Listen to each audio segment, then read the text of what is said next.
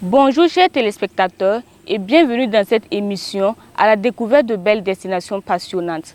Aujourd'hui, nous vous embarquons avec nous loin des sentiers battus dans un univers historique insoupçonné et plein de vie. La mare aux crocodiles sacrés de Bazoulé, un écosystème riche situé à quelques kilomètres de la ville de Ouagadougou.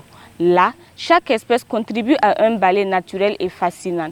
Préparez-vous à découvrir les secrets de cet endroit magique, souvent méconnu, mais incroyablement vital.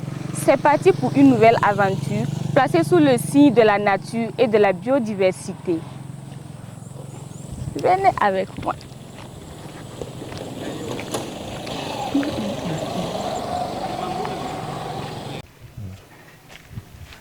Oh. Bonjour. Bonjour. Bonjour. Bonjour. Ouais. Je viens pour visiter la mare. Tu es le bienvenu. Merci. Je viens pour visiter les crocodiles. Oui, C'est votre première fois de venir. oui, ça m'a J'espère que vous connaissez les différentes conditions. Pas encore. Comment on les attire. Non. Qu'est-ce qui vous a motivé de venir visiter les crocodiles ici? Bon, c'est un attrait touristique Ouais. que j'aimerais vraiment découvrir, c'est tout. J'aime les crocodiles. Soyez les bienvenus alors. Merci. J'espère que vous aurez le courage de monter dessus pour faire les photos. Espérons. Il n'y a pas de souci. Mais on utilise des poulets pour les attirer. En fait, ce sont des espèces qui sont dans l'eau.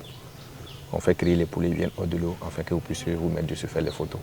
D'accord. Voilà. Est-ce que vous avez les poulets sur place ou comment je fais pour... Oui, il y a des poulets sur place là. Vous pouvez montrer ça là. Non, oui. Oui. On a des poulets ici. L'unité coûte 3 000 francs. Vous jugez prendre un ou deux? Je vais prendre les deux. Les deux. Oui. Il n'y a pas de souci. Donc alors, on va aller pour... D'accord. J'ai quitté Ouaga spécialement pour ça. Oui, oui. Ah, intéressant. Plein de gens. Comme il y a la promotion du tourisme interne aujourd'hui, nous aussi on reçoit des gens qui viennent. Ça encourage même les gens de sortir actuellement. Voilà. Donc vous avez fait un bon acte citoyen de venir visiter les crocodiles. Un patrimoine culturel et touristique très intéressant à découvrir. Mais ici, nous avons premièrement des tortues. Et après les tortues, il y a des panneaux d'explication que je vais vous relater. Des panneaux qui expliquent la vie des crocodiles, comment ils se développent, les conditions de leur milieu de vie. Et après l'explication des panneaux maintenant, on va arriver sur le lieu afin que vous puissiez voir les crocodiles en réalité. D'accord. Voilà, et si possible, en étant là-bas maintenant, je vais vous relater l'historique, les liens qui existent entre nous et les crocodiles de Bazoulé. Voilà. Sinon que les tortues que nous avons ici, elles sont au nombre de 7.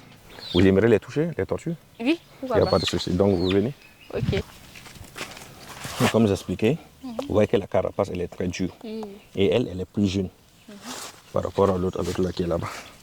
Elle est blessée. Ouais. Des Mais- carcasses comme ça. Je profite pour poser une question. Oui. Comment est-ce que vous soignez Non, il y a des... ou Elle se soigne naturellement comme ça. Naturellement. Ouais, ouais. Donc, c'est la carapace là qui a été touchée. Mais nous-mêmes, on va revenir voir. Elle est un peu sale. Non, elle n'est pas... Non, c'est ici. Tu vois comment ça... Il y a une blessure. Donc on va venir, je vais appeler le responsable qui s'occupe de ça là. On va venir les mettre des injections. D'accord. Et ce sont tous des femelles que nous avons ici. On avait un mâle, mais il y a quelqu'un qui l'a prêté pour aller faire l'accouplement avec ses tortues, quoi. D'accord. Là, on va la récupérer après. Voilà. Il se nourrit de soupe, pastèque, mangue, salade. Ce sont des herbivores. Vous pouvez essayer de la soulever, voir. Ah, elle pèse. Oui, ça pèse environ C'est que moi, 50 kg. Là. Non, je ne pourrais pas. Ah, Peut-être elle. voilà, ouais, c'est faisable. Mais elle veut partir. Ouais. Oui. Faut l'arrêter. Mais elle vit Bien sûr. combien de temps? Leur Leur espérance de vie. Oui. C'est comme j'ai expliqué, ce sont des espèces qui ont une espérance de vie de l'intervalle 150 à 300. Voilà. Wow. La mais ici, la plus vieille, à peu près 70 ans. Elle est dans le trou. Elle n'est pas sortie.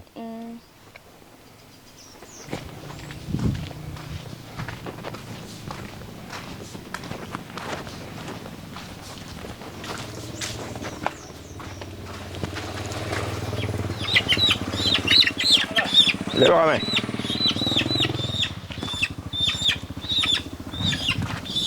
Voilà, vous venez. Il y a des panneaux qui sont là.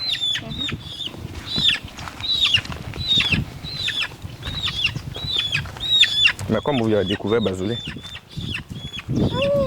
J'en ai entendu parler. J'ai entendu parler. Dans les réseaux sociaux, au niveau de la télé ou bien des amis qui ont déjà visité. Au primaire, on parlait de ça. Mais j'empruntais la voie aussi pour aller à Kokolgo. Et puis on m'a indexé. Il y a une plaque là, Voilà. à Tangandasouri qui indique le lieu. Voilà. Et ce sont les vacances que vous avez choisi pour venir. Et j'espère qu'à l'issue de cette visite, vous allez inciter d'autres personnes à venir visiter. Bien sûr. Ah bon? Venez faire comme vous.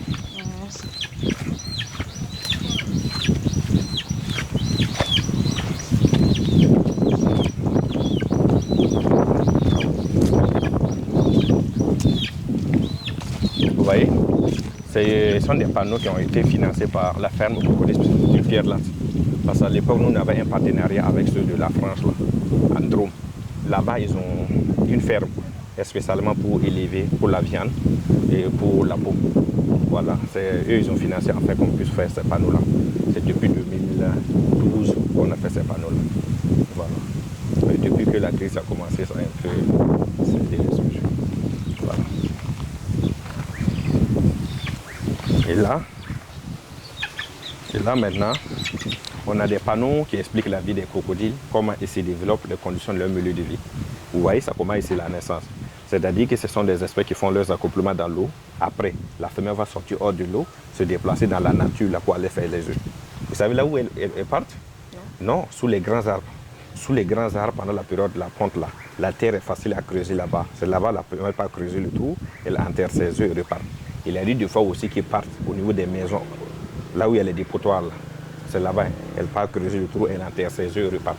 Ça c'est la ponte, le développement ou l'ouverture. De la ponte jusqu'à l'éclosion, ça prend 3 mois. Mais la femelle reste jusqu'à l'éclosion où elle dépose juste les œufs et elle repart à la mare. Elle part, quand elle a envie de pondre, elle part creuser le trou. Parce que la ponte se fait une seule fois, un coup. Donc elle part creuser le trou, elle pond ses œufs et referme avec la terre et repart.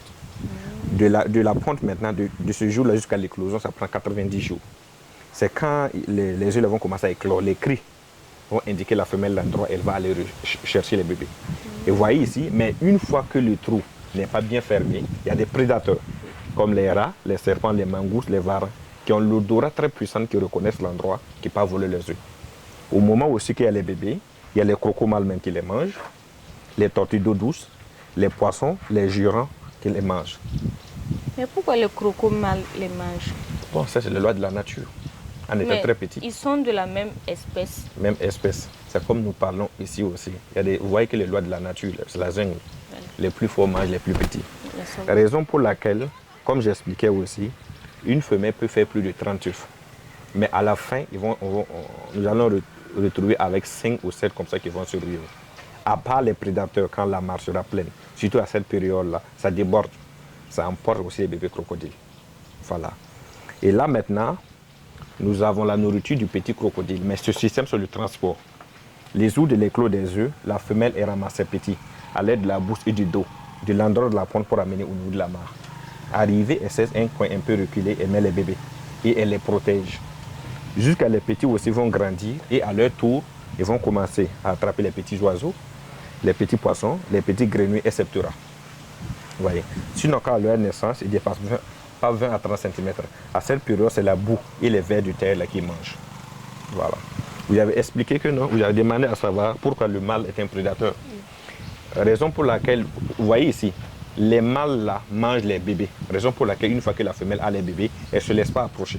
Même nous qui sommes ici, au moment que la femelle a les bébés, on ne les approche pas. Mais ça, c'est toute espèce qui protège sa progéniture en fait. Voilà. Et là maintenant, nous avons la nourriture des crocos adultes là. Les crocos adultes, eux, ils arrivent des fois à attraper les oiseaux qui viennent pour boire l'eau, même si c'est très rare, parce qu'ils sont des éléments qui volent. Les poulets qui les touristes les offrent, comme vous allez le faire, les chèvres, les boucs, les gros poissons. Mais si on attrape une chèvre ou un bouc, c'est trop gros pour un demoiselle seul. Il faudra que les autres viennent et c'est le partage de l'animal comme cela. Et les crocodiles aussi aiment la viande un peu pourrie. Si ça y est des gros morceaux, ils vont mettre ça sous la boue, ça va commencer à décomposer un peu avant qu'ils ne mangent. Mais le poulet, c'est comme un bonbon pour eux. Hein. Quand ils prennent, paf, ça va directement.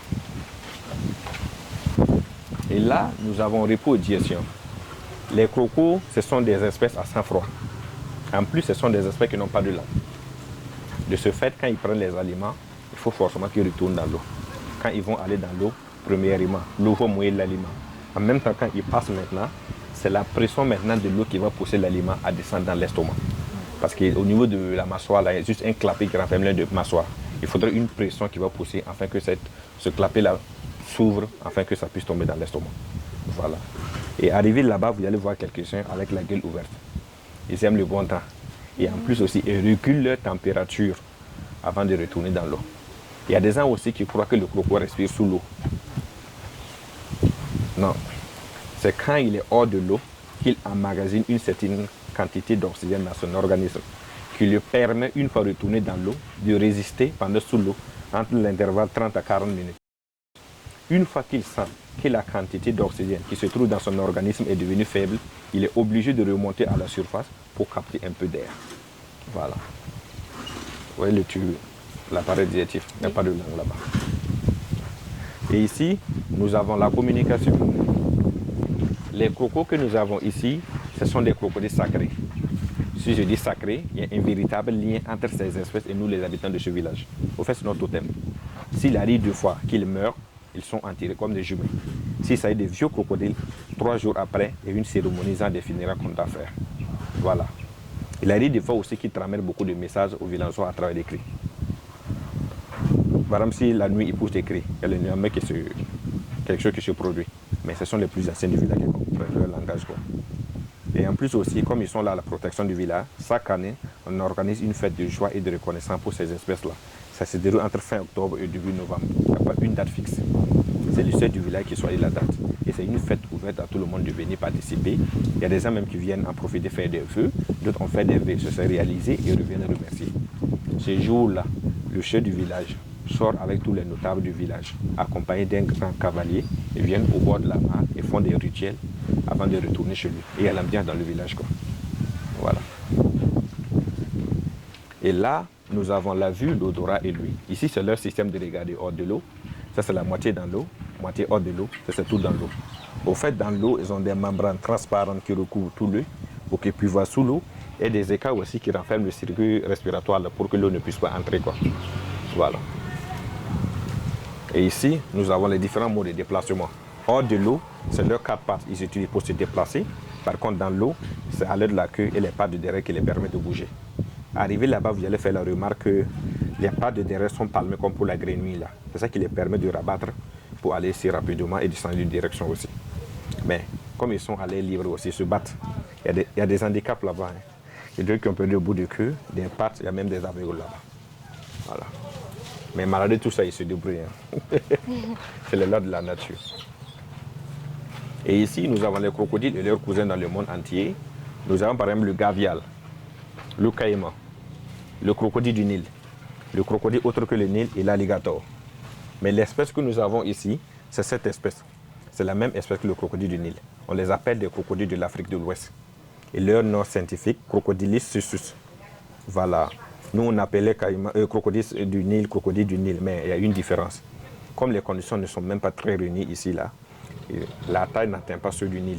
Le plus gros crocodile que nous avons ici, la taille, c'est à mesure 3 mètres. Par contre, ceux du Nil, là, peut atteindre 6, 7, 8 mètres en allant. Ouais. Voilà. Et là, maintenant, les ancêtres des crocodiles, bon, ça, c'est une illustration de l'évolution du crocodile. En fait, il était de ce genre d'animal en forme de poisson qui vit dans la mer. Oui. Mais à l'époque, il ne savait pas marcher. Parce qu'il y avait tout aussi à manger dedans. Mais à l'époque, lui et le porc ne s'entendaient pas. Parce qu'une fois que le porc s'approchait de l'eau, lui, il le chassait. Donc, il y a eu un moment où il n'y a plus à manger dans l'eau. Les crapauds, les grenouilles traînaient hors de l'eau. Lui, à la fin, il ne sait pas comment faire pour les attraper. Malgré qu'ils ne s'entendaient pas, le porc l'a appris comment marcher. Quand il a fini de bouffer les crapauds et que ses écailles ont poussé et qu'il est devenu autonome aussi, il est revenu dans l'eau en demandant maintenant au porc d'approcher. Il va lui remercier. Quand le porc s'est approché, ça a mal tourné. Il a rebouffé le porc. Vous savez pourquoi? Non. Il a rebouffé le porc parce que c'était le seul témoin. Et un jour aussi, s'il refuse que le porc s'approche de l'eau, le porc a quelque chose à lui reprocher, en lui disant que c'est lui qui lui a appris à marcher. Donc pour éviter ça, il a préféré... En fait, c'est comme nous les humains aussi. Quand quelque chose se passe, oui, il faut forcément éliminer le témoin. Oui, vous voyez tout ça. Bon, c'était pas à ce à de leur part. Et la chauve-souris, elle l'avait mise juste pour une décoration, mais enfin une utilité. À cette période de pluie, à partir de 18 h 19 h, il y a un bon nombre de chauves-souris qui viennent autour de la mare. Là où il y a une retenue d'eau, il y a plein de moustiques qui viennent là-bas la soirée, donc les chauves-souris viennent manger les moustiques chaque soirée ici, quoi. C'est ce qu'on pourrait dire sur les tableaux. Je ne sais pas s'il y a des questions concernant les pannes de fleurs. Moi, j'aimerais savoir, oui. Vu qu'ils sont dans l'eau avec les poissons et qu'ils mangent les poissons, comment se passe leur cohabitation en fait? Ouais, ça c'est de la survie. Comment les poissons font? Non, les crocos, il y a des silures et des carpes dans cette mare. Et il y a des gros poissons même qui mangent les petits crocodiles. Vous voyez même ici? Oui. C'est vous, j'ai dit, là. Là. Donc ça veut dire que donc, il y a une certaine taille là. Si le croco n'est pas arrivé à cette taille là, les silures qui sont dedans peuvent les manger. Donc, c'est débrouiller entre eux. Et c'est la nourriture même des crocos. C'est une question de survie. Hein. De survie. Okay. Voilà. Et malgré tout ça, il y a la pêche. On pêche à Méchon. Avec la Méchon, il n'y a pas de souci. Voilà, et les gens gagnent leurs poissons tout aussi. Et aussi survivre dedans. Ouais, c'est ça. D'accord. C'est bon, on peut continuer. Oui, on peut continuer. Il n'y a pas de souci, je vais prendre mes poulets.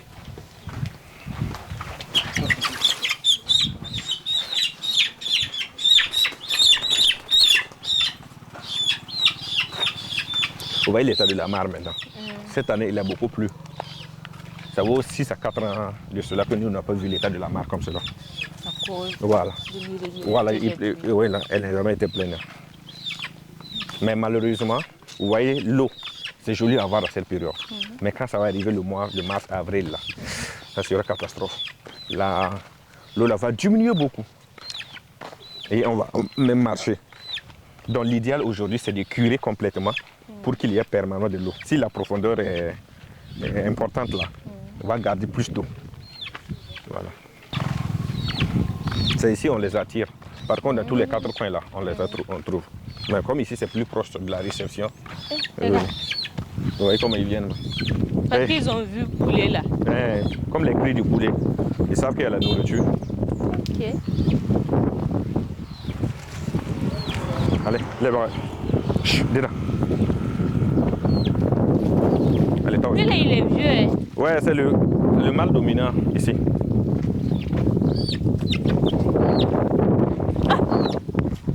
Vous voyez comment ils n'ont pas de langue comme j'expliquais aussi. Oui, ils n'ont pas de langue. Et on peut monter dessus, faire la photo, même le saluer. Venez. Moi j'ai peur. Non, venez. N'ayez pas peur. Venez. Vous mettez un pied ici, un pied là. Là. Asseyez-vous. Asseyez-vous. Comme ça? Oui, touchez-le. Vous voyez que le dos est dur, mais les flancs sont doux. Touchez ici. Oh. Voilà. Et c'est possible de le saluer aussi. Vous pouvez tendre. Coucou. Tendez votre main gauche et vous prenez. C'est un peu lourd, attrapez. Ouais. Vous voyez que ça fait des belles photos. Coucou. Donc c'est la première fois que vous touchez un croco. Oui. Et c'est possible de le retourner dans l'eau avec lui. Oh non. Vous voyez comment il est. Et c'est un mâle. Un mâle dominant. C'est bien. Vous pouvez prendre la queue aussi, voir. Non. Oui? C'est bon. Non, essayez. Oui, c'est lourd. Oh, il a quel âge? Une 50aine d'années comme cela. Les jeunes d'abord. Comme ils ont une espérance de vie de 150 ans là. 50 ans c'est jeune. Ah, en tout cas. Un tiers d'abord de son âge maximum. Waouh. Voilà. Et vous voyez ici que j'expliquais que les pattes de derrière sont palmées, comme pour la grenouille. Vous voyez ses doigts 1, 2, 3, 4, 5. En fait, comme pour nous. Voilà, c'est comme ça. Et vous voyez ici, ce sont ces narines qui se trouvent là, à côté de l'œil. Vous voyez l'œil qui est là. Oui. Vous voyez le trou là. Oui. C'est l'oreille qui se trouve. Petit trait là, c'est l'oreille qui est là. Et vous pouvez même... Vous allez voir qu'il n'y a pas de langue. Vous voyez? Oui. Il n'y a pas de langue. Mais à quel moment ils s'attaquent à l'homme? Comme eux, ils sont sacrés ou bien ils ne s'attaquent pas? Non, nos crocos ne s'attaquent pas à l'homme comme cela. Ce sont des espèces sacrées. Il y a un lien fort entre eux et nous. Donc vous avez vu quand je suis venu là, je l'ai tapoté, je l'ai prévenu avant de venir le toucher. Mais les crocos sauvages, là, on ne peut pas les approcher comme cela. D'accord. Voilà. Seulement, comme j'ai expliqué, quand la femelle a les bébés, on ne doit pas l'approcher. Elle protège ses bébés, quoi, parce qu'elle croit que non, tu viens pour attaquer ses bébés tout le temps. Mais hormis ça, il n'y a pas de souci. Lui aussi, c'est un vrai. Non, non, c'est un ciment Ah. qu'on a fait. J'ai appelé quelques-uns, ils vont venir.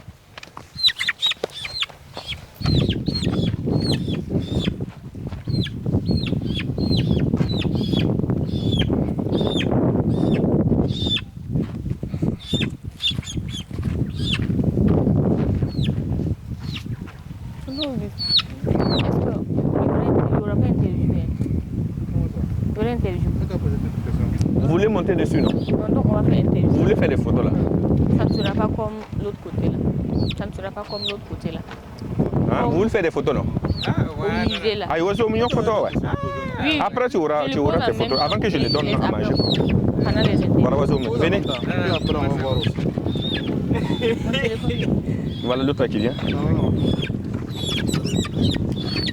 Je vais le faire sauter. Eh, il veut sortir carrément. Ouais.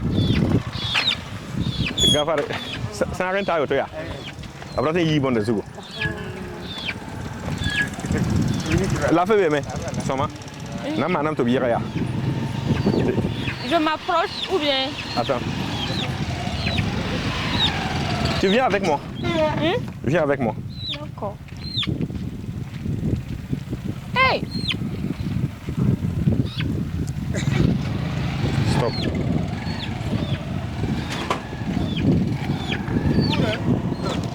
Et il y a possibilité. Vous voyez, non? Oh là là! Hey!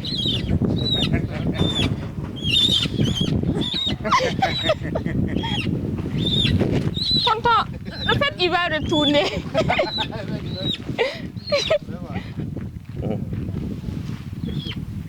Il y a un qui sort carrément de l'autre côté là. Oui, oui.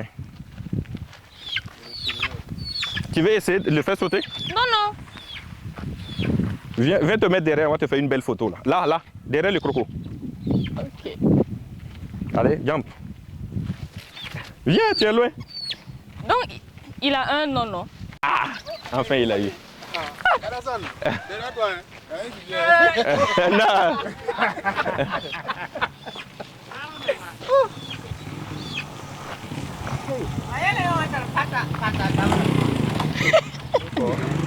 Elle est noire là.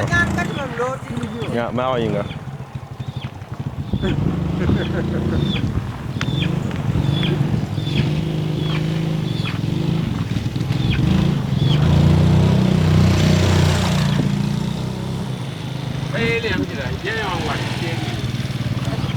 Et tu as joué à tout ma gang. Tiens. Ouais. La peur là, c'est pas bien. Hein? Ah, la peur là, vraiment. Il aurait pu faire des bonnes choses, mais quand même. Non, mais vous pouvez monter dessus, faire vos photos. Non, jamais. Mais elle s'est mise là-dessus, non? Oui, oui. Quand on a demandé.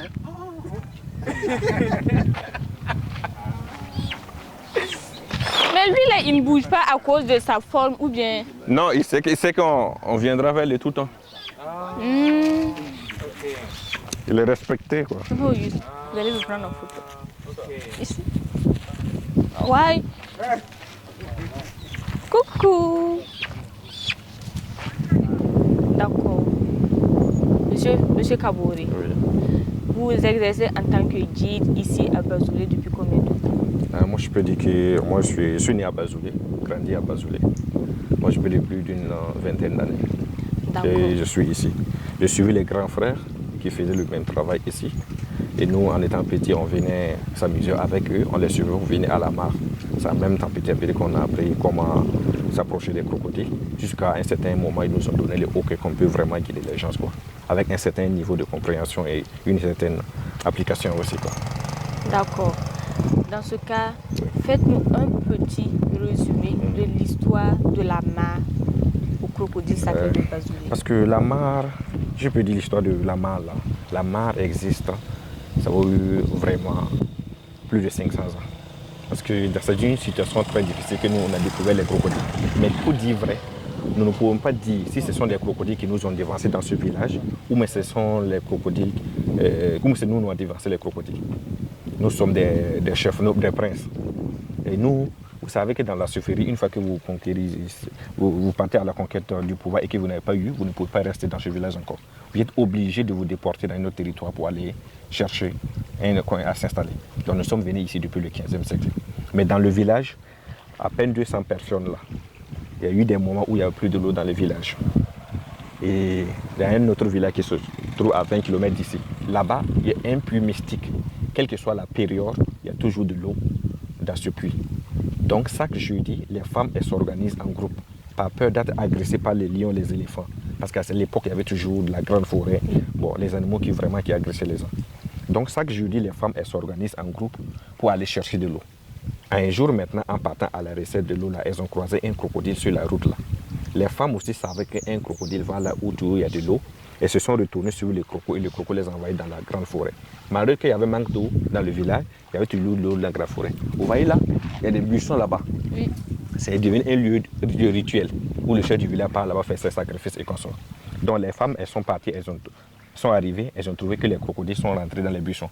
Elles ont regardé, elles ont trouvé qu'il y a de l'eau. Mais à cette période, elles se sont retournées, aller informer le chef du village. En tout cas, en partant à la recette de l'eau, elles ont vu un croco, mais le croco les a montré l'endroit où se trouve de l'eau. Mais à cette période, tout ce que les femmes disent en première position, c'est très difficile de croire à l'instant T. Donc, le chef du village a demandé aux hommes d'aller vérifier, voir si c'est vraiment des crocodiles qui sont là-bas ou pas. Les hommes sont partis, ils ont vérifié, ils ont trouvé que ce sont des crocodiles qui sont là-bas et qu'il y avait de l'eau là-bas aussi. Et le chef du village a dit, comme c'est notre première fois de les voir sur notre territoire, de les laisser voir des jours, des mois, est-ce qu'ils vont vouloir venir dans le village pour s'attaquer aux troupeaux ou même aux habitants? Ils ont constaté des jours, des mois, les crocos sont restés intacts. Mais pourquoi avoir de l'eau maintenant sur notre territoire et aller s'ils veulent chercher de l'eau? Les habitants ont essayé d'aller enlever l'eau là où vivaient les crocodiles, mais les crocodiles ne réagissaient pas. Ils ont préféré faire un petit canal. Tu as eu peur, non? Non, rien. Ils ont préféré faire un petit canal, laisser les crocos à leur endroit et venir s'approvisionner l'eau. Ce qui paraît marrant et mystique, c'est que le petit tas d'eau qui était là-bas, tout le village, à peine 200 personnes, s'approvisionnaient de cette eau, mais l'eau ne finissait pas. Wow. C'est pour cela maintenant, jusqu'à l'arrivée des pluies, quand il a plu maintenant que le chef du village a réuni toute la population, aller auprès des buissons, pour faire des rituels, pour les remercier, et en même temps exhorter que les habitants de ce village-là, une fois qu'on voit un croco en danger, de le protéger, de le sauver, une fois qu'il meurt, de l'enterrer comme un humain. Donc le lien est venu là. Et jusqu'à aujourd'hui, la fête, ça se célèbre toujours. Les crocos, on les adore comme nos frères.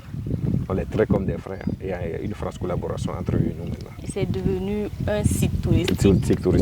Mais c'est devenu un site touristique depuis 1998.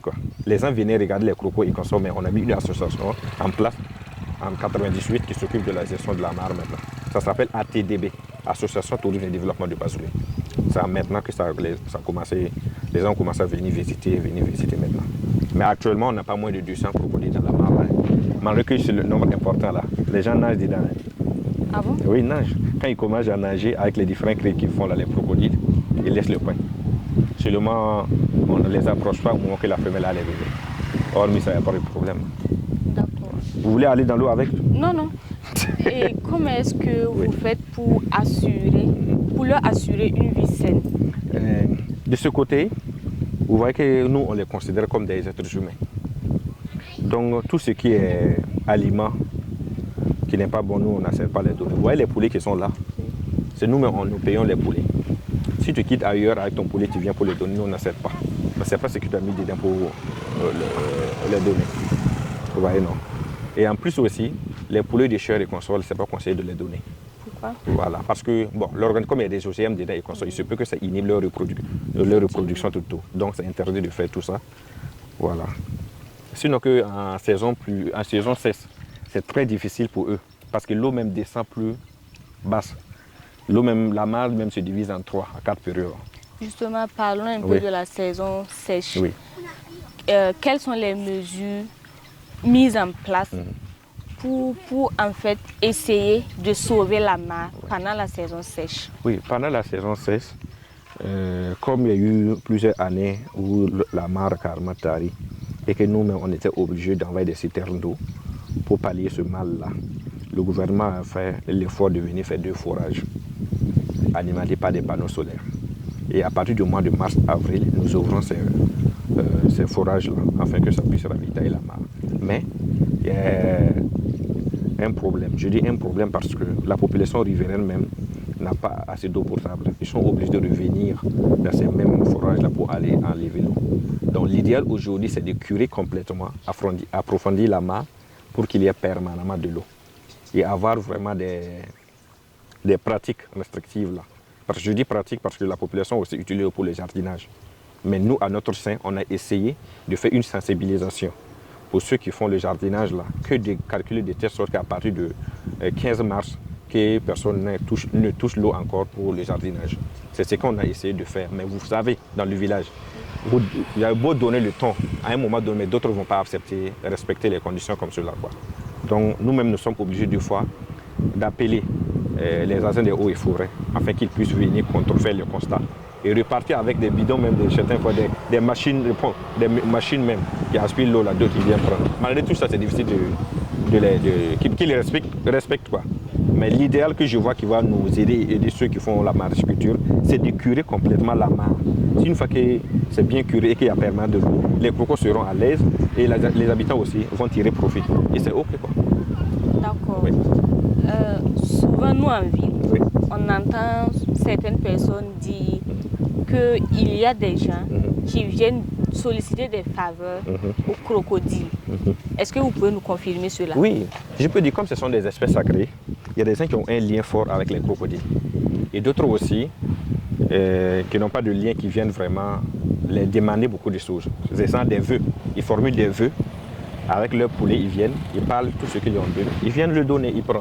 Et si vraiment ce qu'ils ont demandé, c'est ça réalisé, ils reviennent remercier en nous disant qu'en tout cas, ils sont venus faire des vœux, c'est eux qui reviennent donner tout comme cela. Mais comment se fait en fait la demande? C'est sous forme de rituel où vous organisez un événement où ça se passe comment? Non, pour les rituels là, ce sont les notables du village qui s'occupent de ça. Il faut aller sur le chef du village, expliquer ce que tu es venu pour faire. Il va donner l'autorisation aux notables là-bas. Ils vont te conduire sur les lieux sacrés comme je viens expliquer là-bas. Ils vont faire les rituels tout aussi.